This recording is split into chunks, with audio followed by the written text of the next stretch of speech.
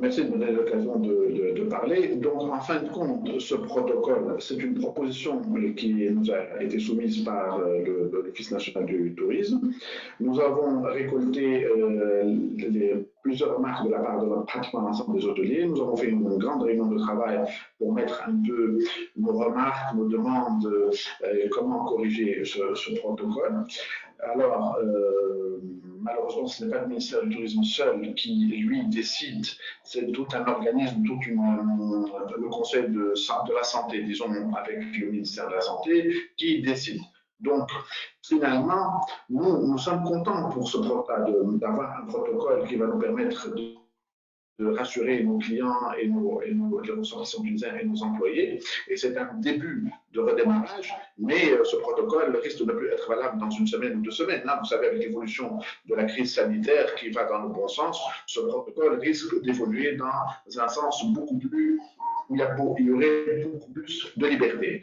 Il faut savoir que nos clients, aussi bien tunisiens, algériens que européens, eux vont venir avec un état d'esprit un peu, après ce confinement qui a été un peu dur psychologiquement pour les uns et pour les autres, veulent en même temps aspirer à plus de liberté et de l'autre côté vont eux-mêmes être soucieux de du risque sanitaire. Donc eux-mêmes vont observer la distanciation physique, vont se laver plus les mains, ils vont éviter les endroits où il y a de la foule. Donc, et c'est la même chose pour nos employés. Donc, le protocole sur le plan communication pour rassurer nos partenaires européens et non-européens est une bonne chose. Pour dire que la Tunisie a fait un protocole proche du benchmark international, c'est très, très bien. Mais ce protocole risque de ne plus être d'actualité aussi bien en Tunisie qu'ailleurs. Même les protocoles internationaux risquent de ne plus être d'actualité dans les jours qui viennent. Nous avons tous changé dans nos attitudes. On n'embrasse plus nos proches, on n'embrasse plus nos amis, on se salue plus avec la main. Donc ces réflexes vont rester encore quelque temps. Ils risquent même de ne plus disparaître. Non. Non, ce n'est pas ça. Ce qui est important, il faut savoir que la Tunisie annonce des chiffres. Ces chiffres sont, en tout cas, le nombre de décès est certain. Le nombre de personnes contaminées dépend des tests qu'on fait par jour. Donc, mais la certitude, c'est le nombre de décès. Ce qui n'est pas le cas, je le dis, je suis très à l'aise pour le dire, nos chiffres seront réels. Je pose des questions sur les chiffres égyptiens, les chiffres turcs, etc. La Tunisie est un petit pays, certes, mais c'est un pays sérieux où nos institutions, où notre administration de la santé est une administration sérieuse. Et nous l'avons montré. Maintenant, malheureusement, sur le plan économique et à l'international, nous ne communiquons pas suffisamment sur les succès de la Tunisie par rapport à la gestion de cette crise sanitaire. Mais de l'autre côté, les opérateurs, tour opérateurs, agences de voyage, compagnies aériennes internationales et même les gouvernements européens ou autres aussi savent très bien que la Tunisie a bien géré cette crise, mais ne vont pas envoyer leurs ressortissants en leur faisant prendre beaucoup de risques. Mais il y a un élément aussi qui est important pour nous, c'est l'opinion publique tunisienne. C'est-à-dire aujourd'hui, compte tenu de l'image, la mauvaise image qui est véhiculée contre le tourisme tunisien, il ne faut surtout pas annoncer 2 choses importantes. La première, dire pour des raisons économiques, on ouvre le tourisme quitte à avoir une reprise de la crise et de contamination. Il faut expliquer aux gens que non, les gens, quand ils vont venir, il va y avoir un couloir sanitaire au niveau des aéroports. Il y a un transfert aussi sécurisé jusqu'aux hôtels, comme nous avons confiné le retour des Tunisiens résidents à l'étranger ou qui se trouvaient à l'étranger. Mais aussi, il y a un problème avec les gens qui vont séjourner en Arabie saoudite. L'autre point, qui est encore plus délicat, c'est qu'est-ce qu'on fait? Est-ce qu'on garde les gens confinés dans nos hôtels, confinés librement dans nos hôtels et on leur demande de ne pas sortir dans les rues? Les commerçants, les artisans, les taxis vont crier, vont gueuler dans les rues. C'est pas bon. Et aussi, on demande à nos clients de ne pas quitter l'hôtel. Ils vont se dire, mais finalement, on a eu 2 mois ou 3 mois de prison chez nous. Est-ce qu'on va venir ici en vacances pour nous amuser, pour avoir un peu plus de liberté, de bouffer d'air? on va reprendre les vacances. Vous voyez, c'est-à-dire que le politiquement correct, l'attitude à avoir n'est pas très très claire. Partout, c'est des verres demi-pleins, demi-vides. Le succès tunisien dans la gestion Covid, il faut le commercialiser, il faut le mettre en valeur le plus possible. Écoutez, la réflexion, elle est facile. On fait porter aux hôteliers beaucoup de responsabilités qu'ils n'ont pas à assumer. Le premier problème de la Tunisie, c'est quoi? C'est l'accessibilité, aussi bien aérienne que terrestre, les routes, les trains, etc. Qu'est-ce qui se passe en Europe par rapport à nous? Quand on arrive à Paris, à Madrid ou à Francfort ou ailleurs, on arrive d'abord librement avec une multitude de compagnies aériennes, avec l'Open Sky, mais aussi il y a le bus, il y a le train, il y a tout cela. Donc, et il y a beaucoup de tourisme local dans ces pays-là. L'hôtelier n'est pas responsable de l'accessibilité, il la demande. L'hôtelier n'est pas responsable de l'environnement, il le demande. L'hôtelier ne va pas être restaurateur, l'hôtelier ne va pas être gîte rural, il ne va pas être maison d'hôte, il ne va pas être un restaurant où on met en valeur la gastronomie locale. Vous voyez, c'est-à-dire que si en Tunisie, on réfléchissait un peu à l'accessibilité et faire un réseau ferroviaire, un réseau autoroutier pour développer le tourisme local et international, les gens changeraient. Et l'autre point qui est déterminant, c'est cette notion d'autorisation administrative.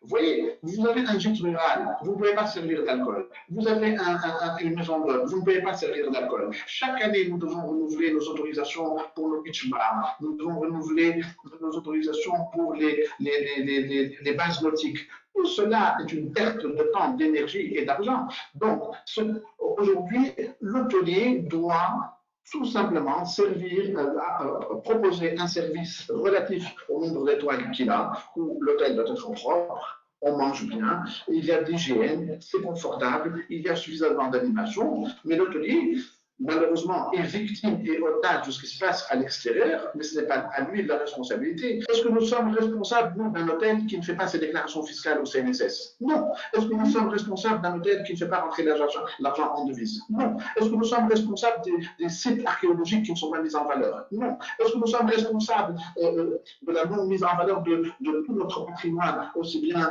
vous savez, on peut faire en Tunisie le tour des églises, des mosquées et des synagogues. Est-ce que c'est à nous de le faire? Non, on peut y contribuer, mais ce n'est pas notre responsabilité. Vous voyez, aujourd'hui, c'est vrai que l'hôtellerie est le maillon le plus fort et le plus important du tourisme, parce que c'est lui qui représente presque 80% des recettes en devises et fiscales. Mais je pense qu'il est grand temps que l'État tunisien, les autorités tunisiennes fassent une réflexion en profondeur pour dire voilà mon devoir et mes responsabilités, qu'est-ce que je dois faire moi en tant qu'État pour que des opérateurs privés puissent se développer comme se sont développés en Espagne, en France, en Allemagne et ailleurs.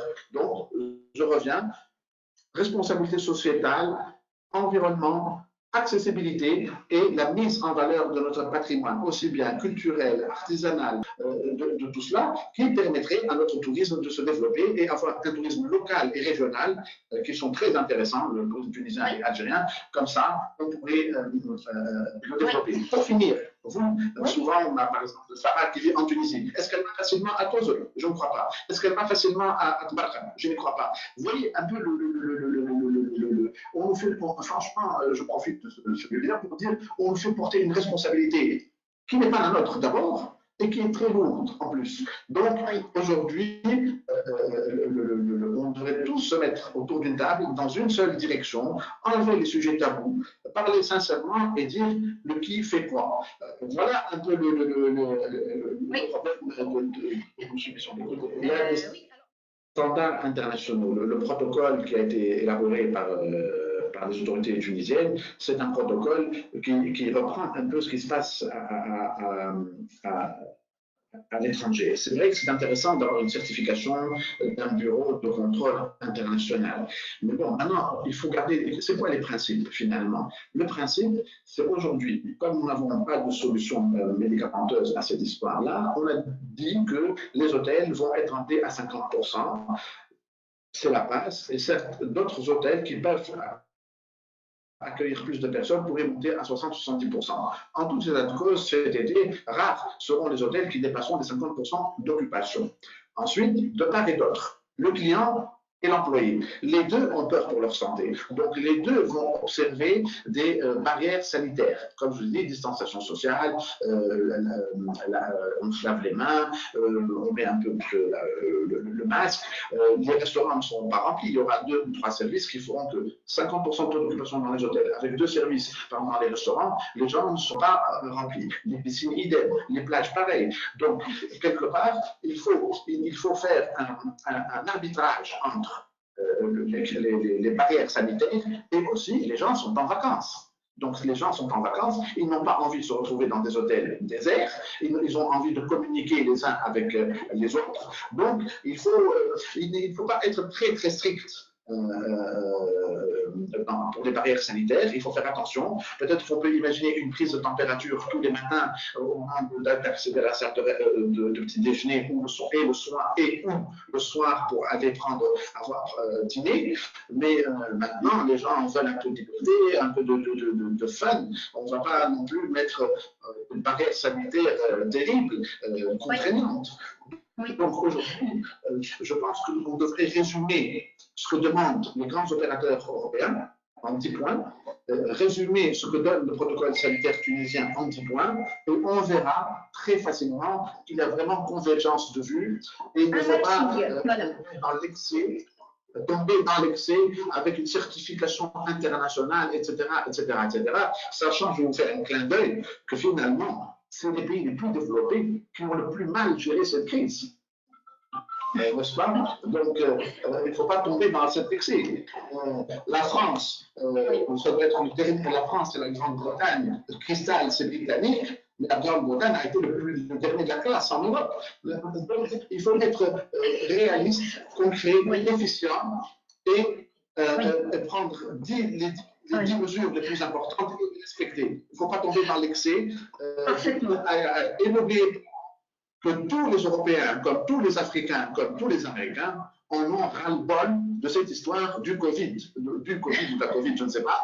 Et moi, personnellement, je pense que c'est un mensonge international, c'est une supercherie. Ils nous ont franchement emmerdés et fait chier avec leurs histoires. Alors, ne tombez pas dans le piège. Écoutez, moi, ce qui m'intéresse aujourd'hui, je suis que hôtelier. Donc, hôtelier, je dois recevoir des visiteurs, des touristes, des clients chez moi. Ce qui m'intéresse, c'est 2 points. C'est qu'on ait un protocole, qu'on lise dans notre protocole tout ce qui est efficace et vraiment sécurisant. C'est-à-dire retenir les quelques points qui vraiment sont essentiels. Ce n'est pas une question de certification ou autre. Ensuite, j'espère que ceux qui vont faire le relais à l'étranger et pour assurer les clients, ce qui est important, c'est les résultats obtenus sur le terrain.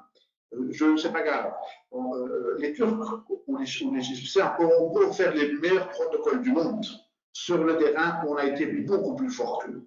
Donc, il faut que nos amis allemands, opérateurs, touristes, visiteurs ou autres, réalisent que nous avons un protocole sanitaire effectif et sécurisant et que nous avons on a réalisé des performances sur le terrain extraordinaires. Donc, ils peuvent venir chez nous en toute sécurité, au-delà du protocole et au-delà de ce qui peut être dit. Voilà ce que je vais aller à dire.